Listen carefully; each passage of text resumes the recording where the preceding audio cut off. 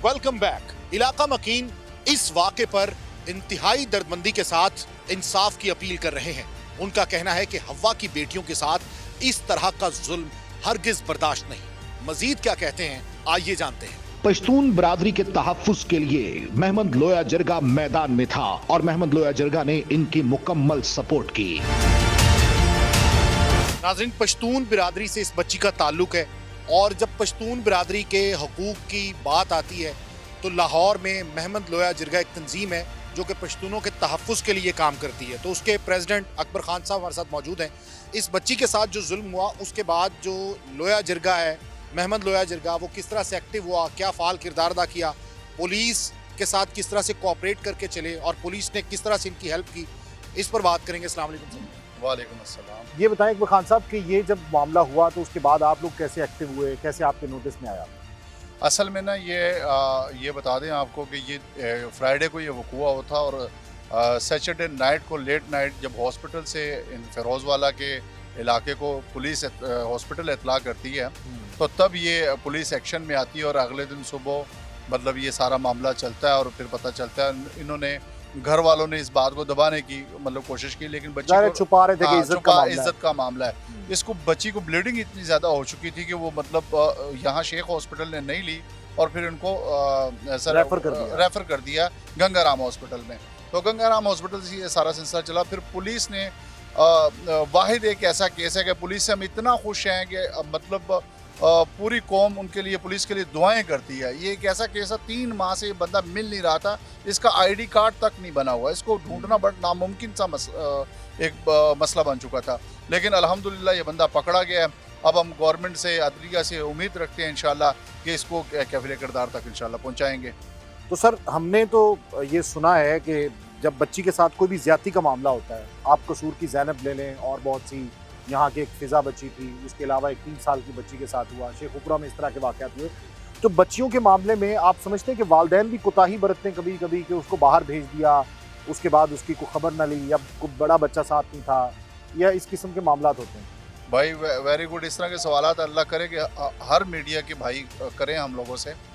गुर्बत एक इस मुल्क में एक ऐसी चीज़ बन गई है ना कि आप देखेंगे, इसके वालिद को अभी मिलेंगे आप, वो बोल नहीं सकता, वो सिट्टे बेचता है और मतलब वो लोग दोपहर को खाना खाने के काबिल नहीं है, वो चाय पे गुजारा करते हैं। ये बच्ची इस वक्त अपने वालिद के लिए चाय लेके जा रही थी, तो ये दरिंदा उसको मतलब मिला और उसने पैदल, ये जो रोड के ऊपर पैदल क्रॉसिंग का पुल होता है, इसके ऊपर ये इसने वारदात की।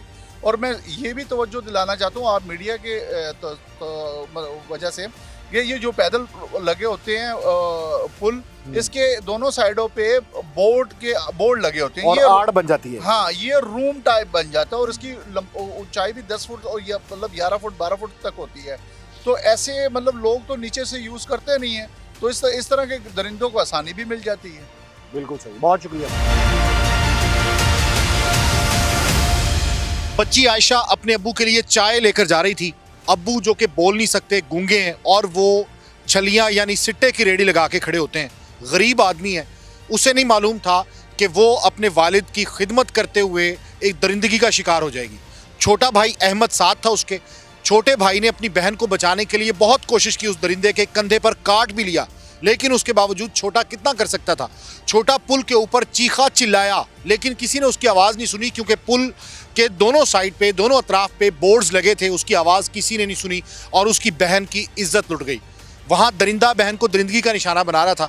चचा उसके यहाँ पर मौजूद हैं जिन्होंने इस सारे वाक़े को तफसील से देखा भी और इसके साथ साथ पुलिस के साथ भी रहे और हेल्प भी करवाई, और वो तमाम दर्द और कर्ब जो है वो देखा जो किसी की बेटी पर जो है वो गुजरता है। आयशा के चचा का कहना था कि उनको नहीं मालूम था कि आयशा के साथ इस तरह का वाकया पेश आया है। बच्चे मोहम्मद ने आकर बताया, लेकिन उसके बाद अपनी इज्जत बचाने के लिए हमने किसी से जिक्र न किया, लेकिन डॉक्टर्स ने पुलिस को बता दिया। ये बताएं कि ये जब मामला हुआ तो आप लोगों को पता कैसे चला? जब बच्ची घर गई तो आप समझे बीमार है, फिर डॉक्टर्स ने बताया? ये सनू पता नहीं लगे सी, अस्पताल गए सी, अस्पताल ने नहीं लिए सी, फिर बाद जो चेक इन हुए सी, कहते ते मामला हो रहेगा। हाँ। फिर उसके जो थाने परोज वाले थाने को फोन किए, हाँ। वो सचो साहब उठे गया होने सी और थानेदार साहब गए होने सी, तो उन्हें के इसको लेके आओ ਤੇ ਫਿਰ ਸਾਡੇ ਕਾਰ ਆਏ ਸੀ 11 ਵਜੇ ਤਕਰੀਬਨ ਰਾਤ को कार आए हैं फिर सानू पता चले हैं इस गल अच्छा, दा। पहले बच्ची को हॉस्पिटल लेके गए, उस वक्त तक बच्ची ने भी नहीं बताया? नहीं बताया उस टाइम ते ਉਹ ਤੇ ਕਹਿ ਰਹੇ ਸੀ ਮੈਂ ਡਿੱਗ ਪਿਆ। अच्छा, बच्ची कह रही थी मैं गिर ਉਹ गई। ਜਿਹੜੇ ਕਾਰ ਵਾਲੇ ਵੀ ਕਹਿ ਰਹੇ ਡਿੱਗ ਪਿਆ। ਬਾਅਦ ਚ ਜਦੋਂ ਟੈਸਟ ਵਗੈरह ਕੀਤੇ ਤੇ ਫਿਰ ਉਹ ਜਿਹੜਾ ਮਾਮਲਾ ਹੋਰ ਵੀ ਚਾਹ ਰਹੇ ਸੀ, ਫਿਰ ਉਸ ਤੋਂ ਬਾਅਦ ਸਾਨੂੰ ਪਤਾ जो ਚੱਲਿਆ। अहमद था बच्चा, उसने जी। भी नहीं बताया घर आके? उसने बताया है, अच्छा, उसने उसने बताया बताया लेकिन उसने जो नहीं है ये कार का मसला ਸੀ ਅਸੀਂ ਕਹਿੰਦੇ ਚਲੋ घर में रहे, घर में रहिए। जाहिर है। लेकिन बाहर जो अस्पताल में जो गए सी बात जो अस्पताल में गल उथे जण नहीं, वो कहंदा इसको पर्ची लिया वो जण नहीं है थाने का, उधर पर जो नहीं है मसला बाहर आ गया। थाने का उनका डेकेट लेके आए, इसका मेडिकल होगा। जी जी ये जी, जो पर्ची की बात कर रहे हैं कि डेकेट लेके आएंगे तो उसके जी, बाद मेडिकल होगा और ये प्रॉपर एफआईआर होगी, जी। क्योंकि डॉक्टर्स इस बात को समझ चुके थे कि बच्ची के साथ ज्यादती की गई है, दरिंदगी का निशाना बनाया गया है। जी जी अच्छा, आप लोग पहले चाहते थे इसको मामले को रफा दफा कर दें, आयशा जाहिर है, मतलब इज्जतदार बंदा यही चाहता है। जी जी जी जी। तो अब आपको इंसाफ मिल गया, मुलजिम पकड़ा गया है। इंशाल्लाह वो कैसे पकड़ा गया है? वो थे उसमें जो पुलिस ने ताउन किया आपके साथ? बहुत ताउन किया, बहुत ताउन किया, पुलिस वाले ने भी ताउन किया है, सारे टीम जो नहीं है सारे ताउन किए।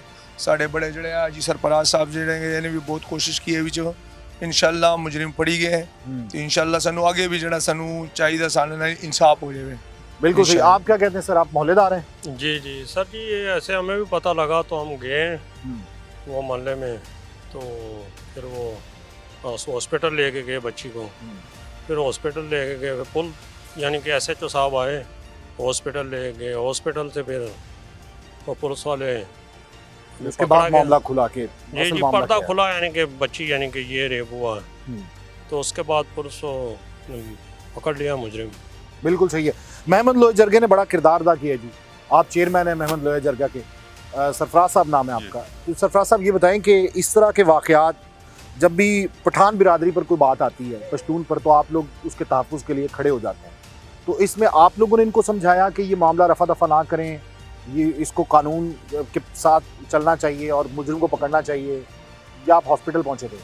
बहुत शुक्रिया पहले तो आप लोगों का। जी ऐसा ही है, हमारी जब इनसे बात हुई तो हमने इनको यही बात कही कि ये बात अब ऐसी है कि इसको सामने आना चाहिए। उसकी वजह ये है कि एक पहले भी केस जो है ना मारिया बच्ची का हो चुका है, उसको भी हम लोग देख रहे हैं, 2.5 साल हो गए हैं, बदकिस्मती से अभी तक अदालत में चल रहा है। उस स्विमिंग पूल में वो जो एक बच्ची के साथ ज्यादती हुई थी, फिर उसके बाद ये वाकया हो गया। और ये तो इतना अजीब सा वाकया है कि सुन के भी हैरत होती है कि दिन में, जुम्मे का दिन है, 2 बजे हैं और दोनों साइड से ट्रैफिक चल रही है और ब्रिज के ऊपर ये सारी चीज़ें हो रही हैं। ये तो बड़ा ही हिला देने वाली बात थी। दूसरा, उसके बाद जब इनको पता चला तो इन्होंने क्योंकि बच्ची ने कुछ बताया नहीं, तो छोटे अहमद ने बताया कि ये मसला हुआ है। उसके बाद जब हॉस्पिटल गए, हॉस्पिटल जाके सारी बातें बिल्कुल खुल के सामने आ गई। उसके बाद हम लोगों ने आपस में बैठ के बात की कि ये बात ना छुपाने वाली है। उसकी वजह ये है कि आज इस बच्ची के साथ ये हुआ है, वो जो दरिंदा है वो दंदनाता फिर रहा है, कल किसी और बच्ची की बारी आएगी, उसके साथ भी यही करेगा जो इसने किया है। तो उसको कैफरे किरदार तक पहुंचाने के लिए हम लोगों ने, मोहम्मद लोहे जरगा ने, पूरी टीम ने हमारी जो है ना इनके साथ कोऑर्डिनेशन की और काफ़ी टाइम लगा। पुलिस को भी उसकी वजह ये थी कि शनाख्त नहीं हो रही थी। पुलिस ने बहुत भाग दौड़ की, इसमें कोई शक नहीं है। उसके बाद कोई मेरे ख्याल 10 से 11 दिन वो बच्ची जो है हॉस्पिटल भी रही। हॉस्पिटल वालों ने भी काफ़ी जो है ना उसमें हेल्प आउट किया। लेकिन मसला ये है कि ऐसे जो मुल्जिम हैं उनका जो किरदार है ना वो बदकिस्मती से होता ये है कि हमारी अदालतों में जाते हैं, पहले तो केसों में सालों साल लग जाते हैं, फिर उसके बाद ये दोबारा बाहर आ जाते हैं और फिर दोबारा जो है ना उस तरह की एक हरकत करते हैं। तो ऐसे बंदों को तो चौक में जो है ना सजाए मौत देनी चाहिए और चौक में लटका देना चाहिए। ये तो किसी भी तरीके से जो है ना किसी भी रायत के जो है मुस्तहिक नहीं है कि इनके साथ कोई रायत की जाए, क्योंकि आज इन्होंने ये किया तो कल कोई और बच्ची हो। बिल्कुल सही है। इस तरह की बच्चियों के साथ जो ज्यादती के वाकयात हैं वो बढ़ते चले जा रहे हैं। और आपने नोट किया कि दिन 2 बजे ट्रैफिक रवां दवा है, वहां पर लोग बहुत से हैं, वहां पर एक बच्ची की इज्जत लुट रही है। उस वक्त हव्वा की बेटी की इज्जत के साथ खेला जा रहा है, खिलवाड़ किया जा रहा है और दरिंदा बिला खौफ खतर जो गुजर गया है, जो ओवरहेड ब्रिज है, उस पर से लोगों का आना जाना है, लेकिन वो दिन 2 बजे उस बच्ची के साथ ज्यादती कर रहा है और उसका भाई उसे बचाने की कोशिश कर रहा है जिसकी उम्र सिर्फ 8 साल है। वो नहीं चाहता था कि उसकी बहन के साथ ज्यादती, वो नहीं चाहता था उसकी बहन की जो है वो इज्जत इस तरह सरे बाजार लूट ली जाए। लेकिन यहाँ पर हव्वा की बेटी के साथ सरे बाजार दिन दिहाड़े उसकी इज्जत के साथ खिलवाड़ किया गया, उसकी इज्जत को लूटा गया। और ये बहुत अच्छी बात है कि वो कानून की गिरफ्त में है और यकीनन ऐसे लोगों को जो है वो सजा होनी चाहिए और सख्त से सख्त सजा होनी चाहिए। मुल्जिम ने 9 साला आयशा को कैसे काबू किया, उसके बाद दरिंदगी का निशाना कैसे बनाया और मुल्जिम ने क्या एतराफात किए अपने जुर्म के, जानेंगे एक ब्रेक के बाद।